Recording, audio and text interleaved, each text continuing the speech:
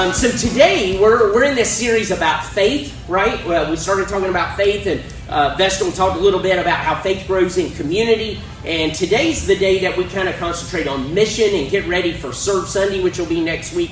And so I want to talk to you about how faith connects to mission or connects to serving, because that's a big thing, and hopefully help you to understand it maybe in a way that you haven't thought of before.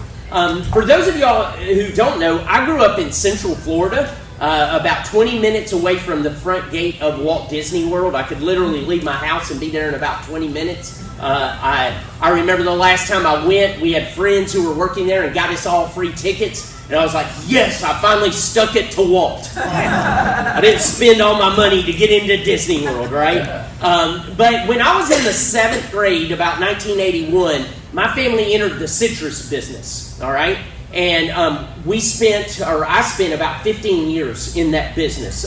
Everything from growing plants to go into new orchards, you guys would call it. It's a grove. We would do that, but then we got into the other side of it where we had about 35 acres of grove. Carla's family had cows and citrus as well, and I loved it. I love it. I love the thought of it now more than I did then, probably. You know what I mean? But there were a few things I really loved about it. I loved picking an orange right off the tree and eating it. And I know I had never had a good apple until I moved to Washington State, right? I could have cared less about apples until I moved here, and I was like, oh, this is what an apple is supposed to taste like, all right? And for some of y'all in this room, you've only ever had a navel orange from California, and I feel really sorry for you because they're really not that good compared to a good Florida navel orange. The one from California looks a whole lot better. But I can remember just going out and every day when I would walk home from the bus stop, we walked by a tangerine grove, and you'd go get your snack for the day. You'd pick a tangerine right off the tree when it was in season, and you'd eat it as you would walk home. And that's what grows. That's what citrus is all about. It's not really about the tree. It's not really that pretty. It's about the fruit. And I miss being able to go out and pick an orange off the tree. The thing I miss most about Florida, after family, because I miss my family, wasn't picking an orange off the tree, though. It was the smell of orange blossoms, okay? And if you've never been there and smelled it, and I've got a picture of this is what an orange blossom looks like, and the trees will just be, you can see the leaves sticking through, but they'll kind of, you can really see like when they're in full bloom, and it is a smell like I can't describe to you. Probably the closest thing would be something like jasmine. If you've ever smelled jasmine, it's just sweet. And when they bloom in the spring in Florida, it's still kind of cool and hot. And so a lot of times you would have like dew in the mornings or fog. And it's like the smell would get caught in the fog, and it would just be so strong. I always think of, when I smell orange blossoms, baseball season. Because baseball season started in the spring. We were playing baseball, and you would be out on the field in this little town that I lived in, and you could just smell the orange blossoms in the air. It just like permeated everything. And as we look at this picture of this orange blossom, I want you to note something, which is on the next picture. There's a red circle. That red circle, that thing inside it, that's the orange.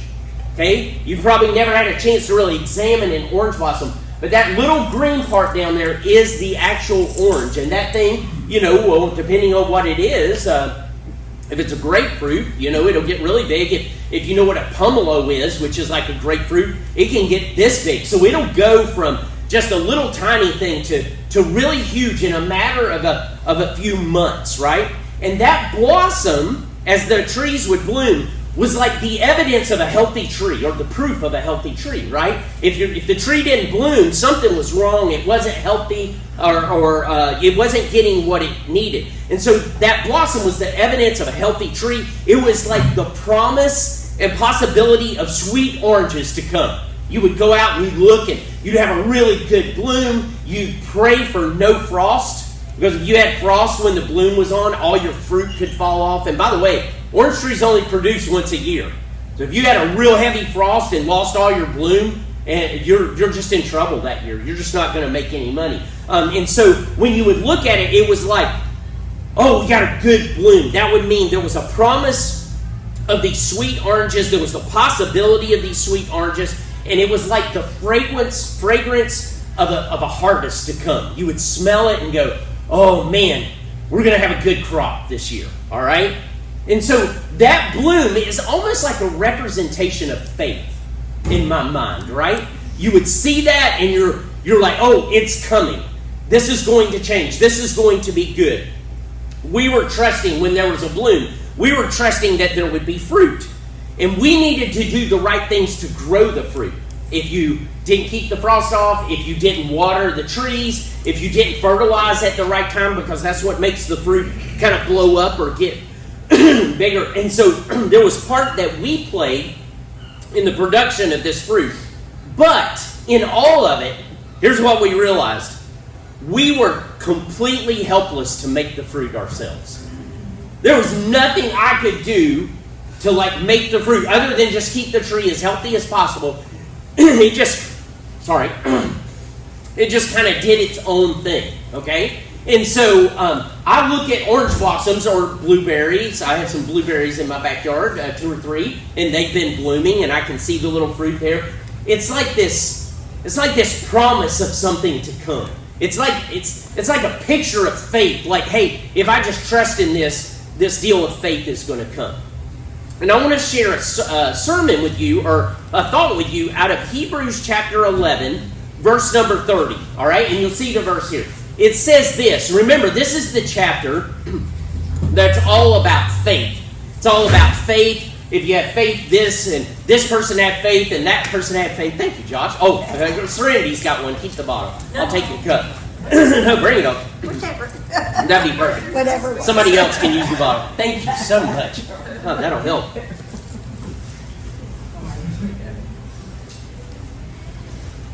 So Hebrews chapter 11, which we call like the Hall of Faith or the roll call of faith. Remember, it said by faith Abraham went to sacrifice Isaac. By faith Noah did this. By faith Noah built the ark. All right.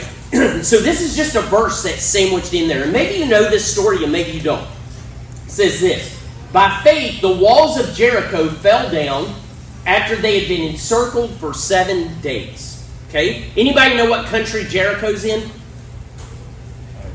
Jordan. Yeah, it's in the country of Jordan. This is a real place that they thought kind of maybe didn't exist for a long time. It's a real place. And let me just tell you a little bit about Jericho. They have excavated enough to find out that it was a big city, okay? And they've also excavated, and because of the lack of certain types of pottery there, they have determined that it can't be as old as the Bible story. Because that's how science works, right? Because of the lack, because they haven't found something, this story cannot be true. Yeah, they're looking at garbage. Yeah, right? Yeah. And so, but what they have found is, they have found there are walls that were there, and they're kind of puzzled by it because the walls didn't fall out. The walls actually fell in to the earth. And so in order to make sure that this story was not substantiated, the nation of Jordan, which is a Muslim country, just decided there can be no more excavations on the site of Jericho. No one can go in and look around. And years ago, it used to talk about the Bible story on all the placards, and those have all been changed. Okay? So, really interesting that it's there. They know it's there, but they won't let anybody prove that it's there. But maybe you don't know this story. So let me just give you a little background, all right? In the book of Exodus, the children of Israel, which probably might number as many as 1 million people, leave Egypt. You guys remember that? Moses is leading them out. They get to the Red Sea. They think, oh man, we're really in trouble. The armies of Egypt have changed their mind and are closing in on them. God parts the Red Sea. They go across on dry land. After a period of time, they come to a place called Mount Sinai, and that's where God gives the 10 Commandments. They camp out around the mountain there, and then they leave Sinai and they go to this land that God has promised them called Canaan, and they go to the Jordan River. Yes, sir. That's the same mountain that Aaron went and met him on before they went to Egypt? Yes. Wow. Yeah. Mount Sinai pops up all through the scriptures, like over and over and over again. All right? And so they go to the edge of the promised land. They send in spies to spy it out, and 12 of them,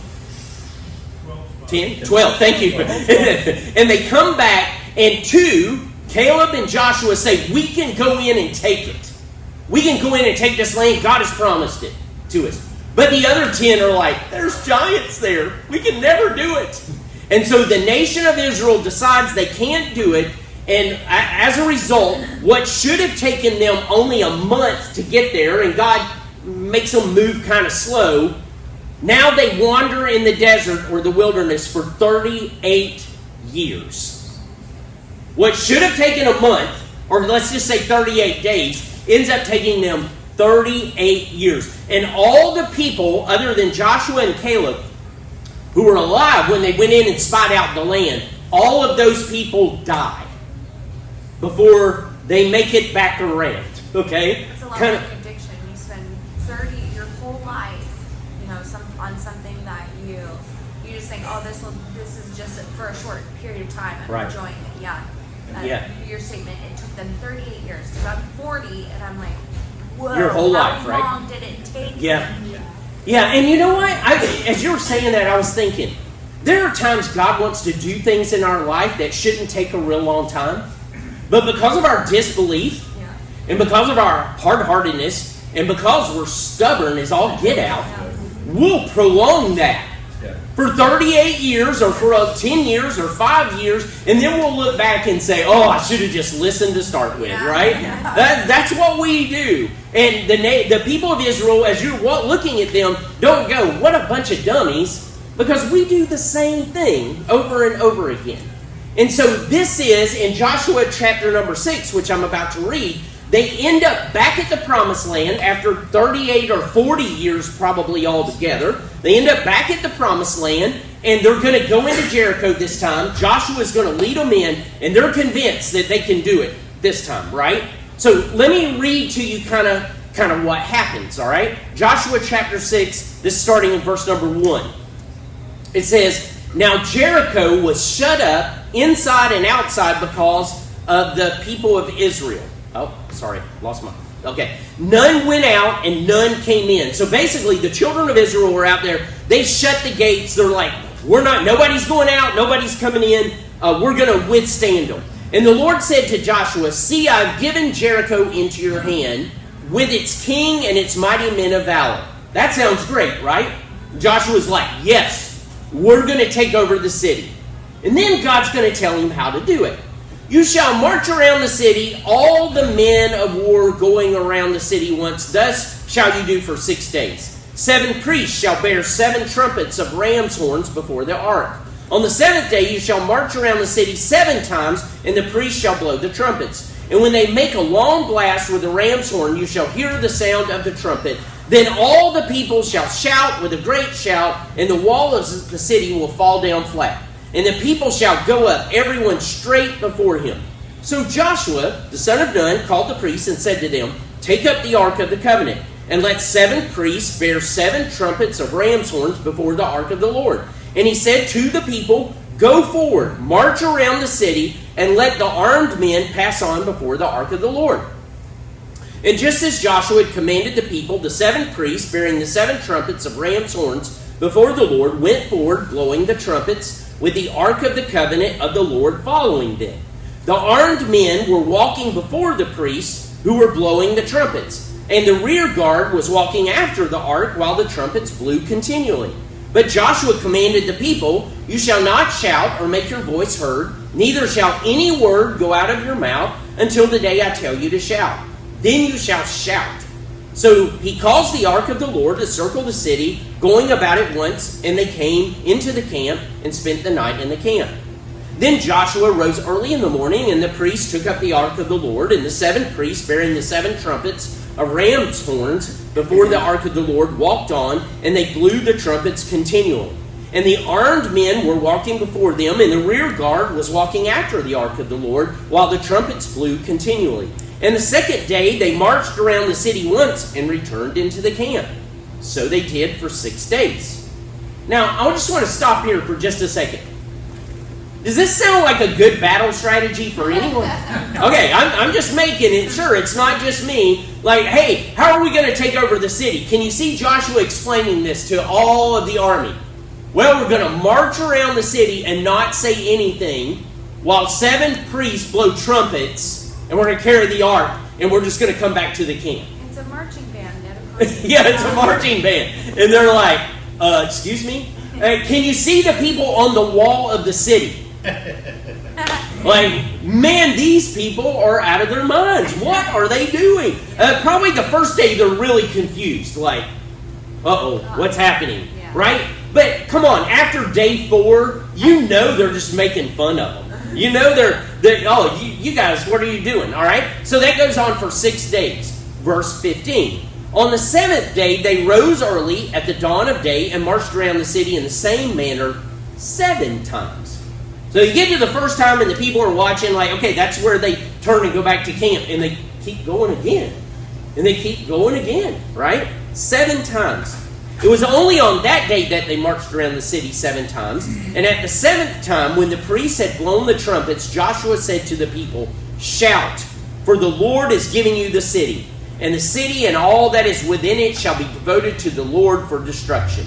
Only Rahab the prostitute and all who are with her in her house shall live, because she hid the messengers whom we sent.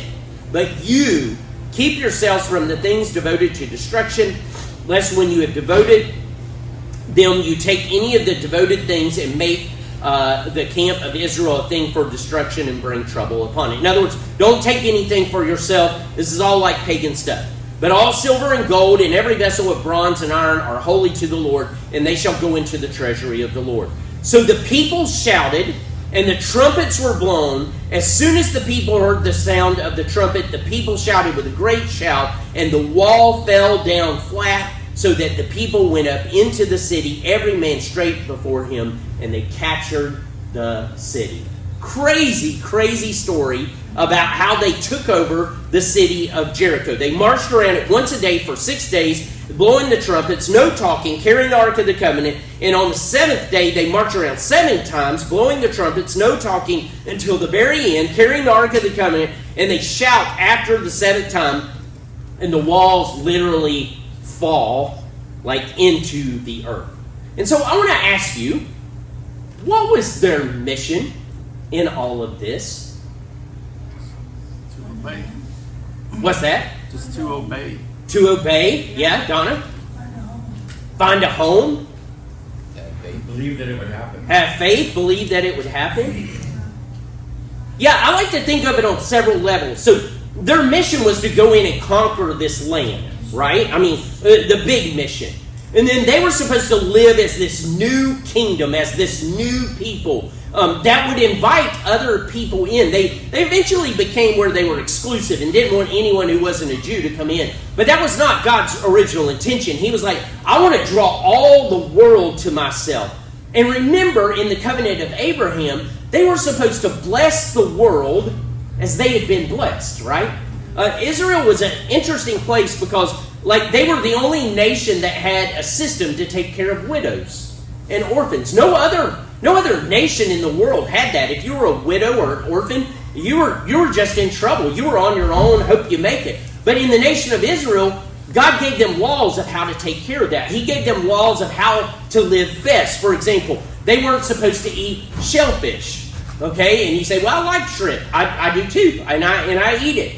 But it's interesting. God said, hey, don't eat certain things. And those certain things actually make a lot of people sick every year. Maybe God kind of knew what he was talking about. I don't want you to get sick, so don't eat these things. And so they were supposed to bless the world as they had been blessed. And several of you guys mentioned faith or believing what God said. Faith was all involved in this. You see, they had to do 2 things. They had to believe the process. What if they had said on day 7, this is kind of dumb. I only want to march around twice. Would it have worked? No, it wouldn't have. Why would it not have worked? Disobeyed God. Because they disobeyed God. Because God said, this is how it's going to work. You're going to do 1 time a day and then 7 on day 7. And so you have to do it that way. You have to believe in the process. And once you believe in the process, you have to be obedient. Right? That's how it always works with God. You see, we get into trouble when we look at what God says to do or not do, and we're like, well, I don't know. That's not that bad. Well, I could do it this way. Or, hey, God, guess what? I know a shortcut. I could do it like this, right? And do you realize when Satan tempted Jesus, one of the temptations, he said, look at all the kingdoms of the world. If you fall down and worship me, you can have all these kingdoms because I'm the prince and power of the air here. I'm in control of the world. Now, let me ask you something. Isn't Jesus going to inherit all the kingdoms anyway? See, Satan wasn't asking him to not get something that he's going to get anyway. He was like, just take a shortcut to it, man. Just do it the way you want to do it. Just avoid all the pain and all this other stuff. And that's what happens to us a lot of times. We want to be obedient, but we want to be obedient and do it the way I want to do it, right? And faith is involved in this. You have to believe in the process. March around the city, blow the trumpets, shout on the 7th day, everything that he said. Don't make any noise on the first 6 days. Can you imagine that? A group of people this big, no one can talk. Everybody's got to be quiet. I'm sure they thought they're marching along quiet. I'm so tired of hearing those trumpets blow, right? They're probably thinking that. This is dumb. I want to talk to somebody. But they don't. They're obedient. It sounds crazy. And here's what I think about this. I think the mission that they were on and their obedience is like the bloom of faith. Their obedience to the mission was showing their faith. It's the thing that we can see. And the walls falling was actually the fruit of their faith. And much like the orange blossom, they had no power to actually make the walls fall, right? All they had the power to do was say, God said this, I believe it, I'm going to have faith and live this out. And here's my point for today. Mission and serving is our faith in bloom. Do you realize you can't force one person to come to Jesus? Do you realize we can't change the homelessness in downtown Olympia? Do you realize we can't make people submit to what God is calling them to do? All you and I can do is live out our faith, which people see, and they're like, oh, that's like this beautiful bloom when we live it out the right way. I was listening to something yesterday about an event that went on in Seattle. Maybe you heard about it last week, about a week ago. There was a church up there. It's called Northwest Pursuit, I think, Church. And they decided to have an event in Seattle where they gave away free bikes to kids and free haircuts and free groceries to people and all these different things. And they had people up telling their story about how they had come out of addiction. Now, as I heard all that, I thought, that sounds like something we would do, right? That sounds like something we would do. In the city, they wanted to have it. They said, hey, we want to have it in this particular park. And the city said, no, you can't have it there, but you can have it in this park over here. Well, that park is known to be kind of the center of a lot of people who don't like Christianity very much. And so they set up this event, and they were playing music. They just gave all this stuff away. They talked to people. They had people on stage sharing their story. They played music, and you can watch the videos online. People are singing, just worshiping the Lord. And this group of people converged on this gathering and began to shout things at them and hold up signs that had really derogatory stuff on it. They began to throw water balloons that were filled with urine at the crowd. They began to come over the barriers and assault people as they were worshiping the Lord. The pastor said, we were guilty of the high crime of following Jesus. That's all we were guilty of. And even the government in the city of Seattle has came out and said, it's the church's fault. It's the church's fault because they were promoting values that are not what the city of Seattle is all about. It's funny, giving away bikes and haircuts and groceries and all that seems like good stuff, right? And this has gotten so serious that the FBI is investigating it now to see what really went on. By the way, the people who converged on the event, 23 of them were arrested. Do you know how many people from the church were arrested? 0. Because they didn't do anything. Right?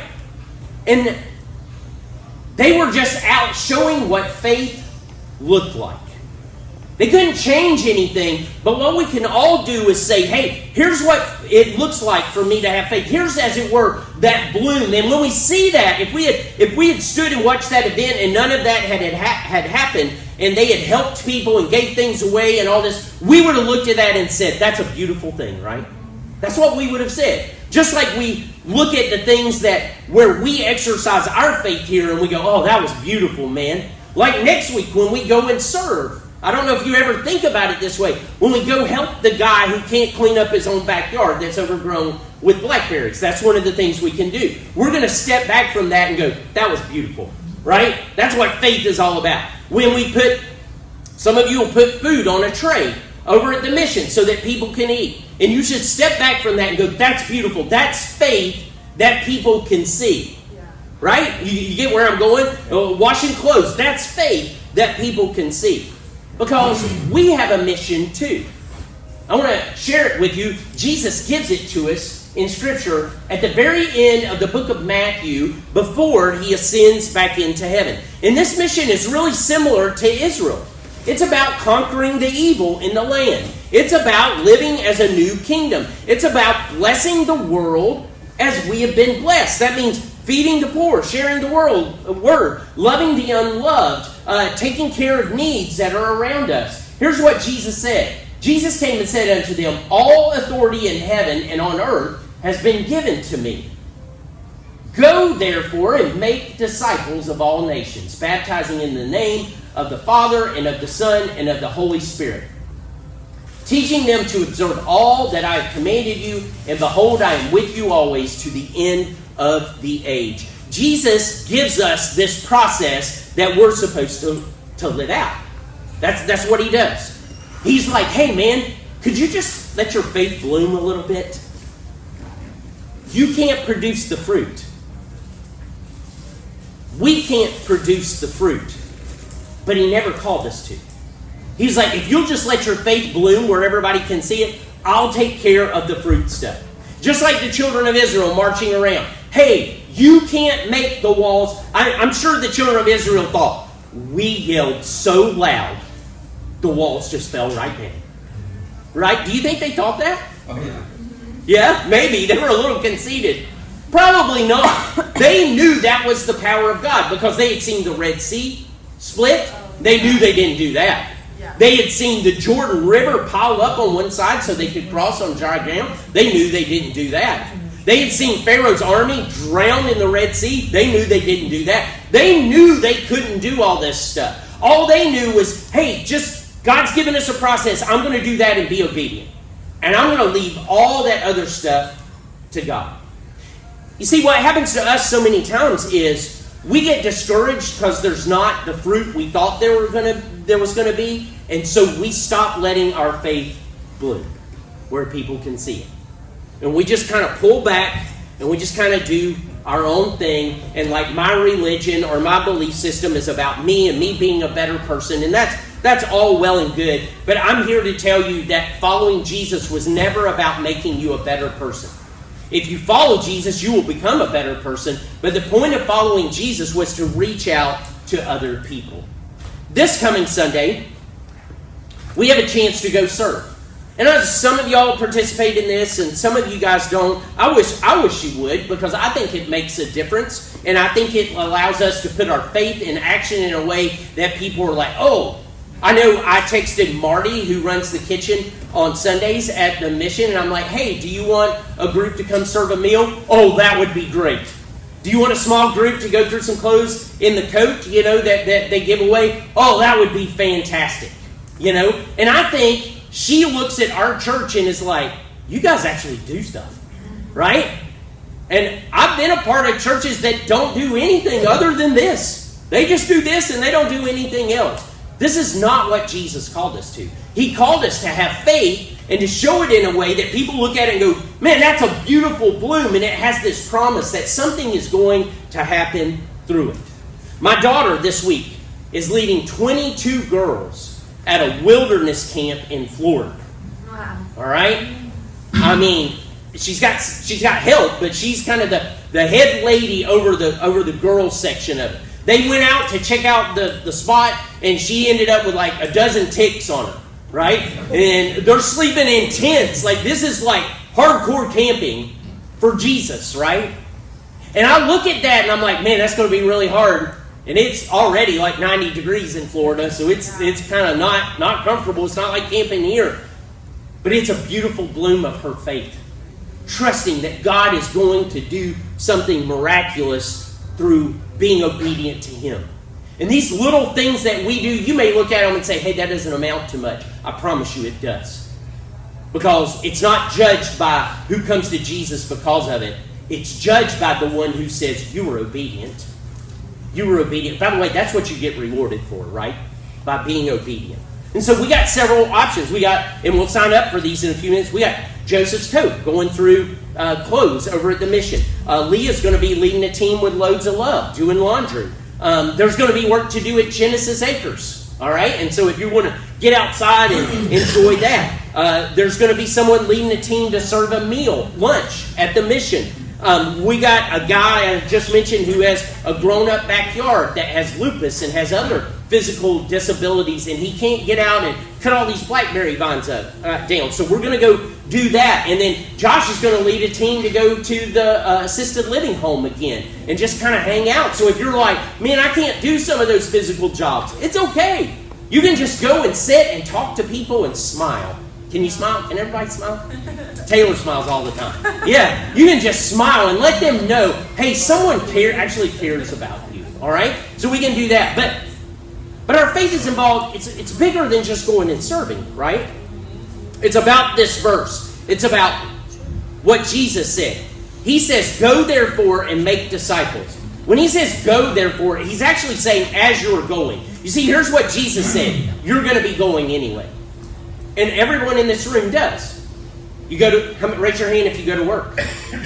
Yeah, raise your hand. Keep your hand up if you go to the store. How many of y'all go to the movies? Anybody ever go to the movies? How many of y'all go to a park or a hike or something else? We all go do stuff. Yeah. How many of y'all go to the YMCA?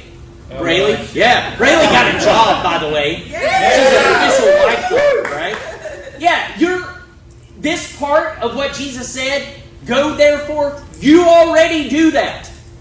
You don't have to work at that. You don't have to go to Africa or the Philippines or another state. You're already going. So this first part that Jesus says, you're already doing. Here's the part we have to do. Make disciples. What does that mean?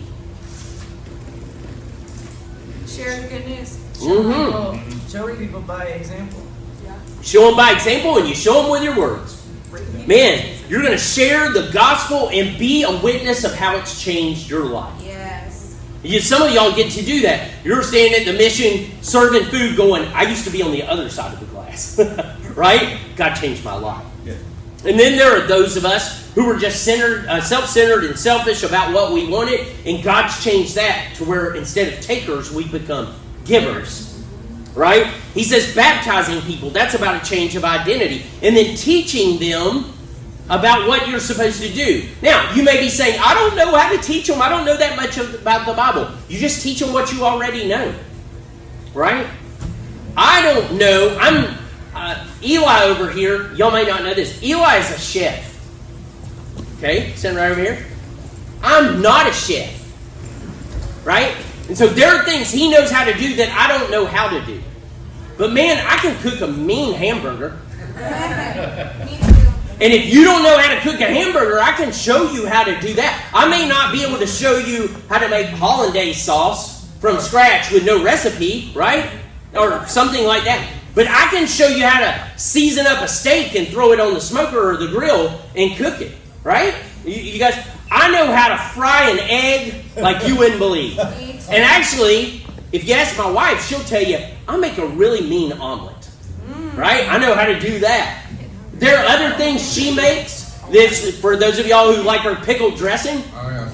I don't know how to make that. You don't want me making it. But I don't have to. But if you don't know how to cook anything, I can show you how to do a few things. That's the way it is with faith.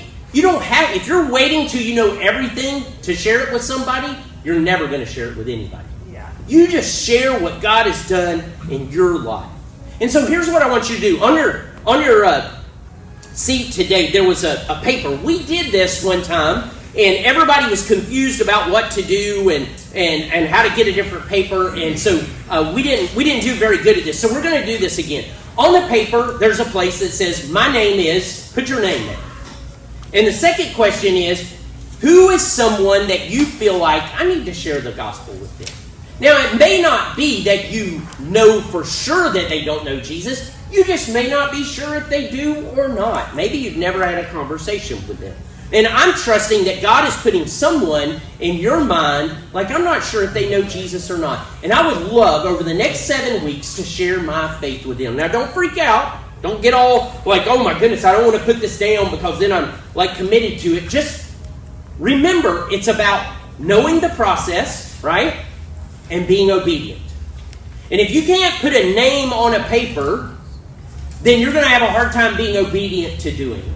Okay? And there's a reason that you're doing this. And then there's a question like, what could you do to share the gospel with them? Maybe it's just go to coffee.